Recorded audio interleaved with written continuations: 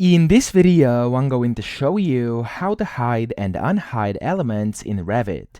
Now to do this, first you want to find the element you want to hide. So for example, we're going to use these stairs over here. You want to click on the specific element, then you want to right click it, and then from here it says hide in view. You want to hover over it, and then you want to select either elements or category. I'm going to go with elements over here. I'm going to click on it, and there we go. As you can see, it's now hidden. So to actually unhide a specific element, what you want to do is go to the bottom of your screen below your project here, and you want to click on this button, which is called Reveal Hidden Elements. Now you want to click on that, and as you can see, it's going to load for a few seconds, and it's going to show you all the hidden elements. Now, of course, our stairs are over here, so what I'm going to do is click on them, and then I'm going to right click, and then unhide in view, and then click on elements, and that's going to unhide them. So if I now go and basically close this hidden elements view, you'll see that those are no longer going to be hidden, and I've successfully unhidden these elements over here. Okay, so that's essentially how to hide and unhide.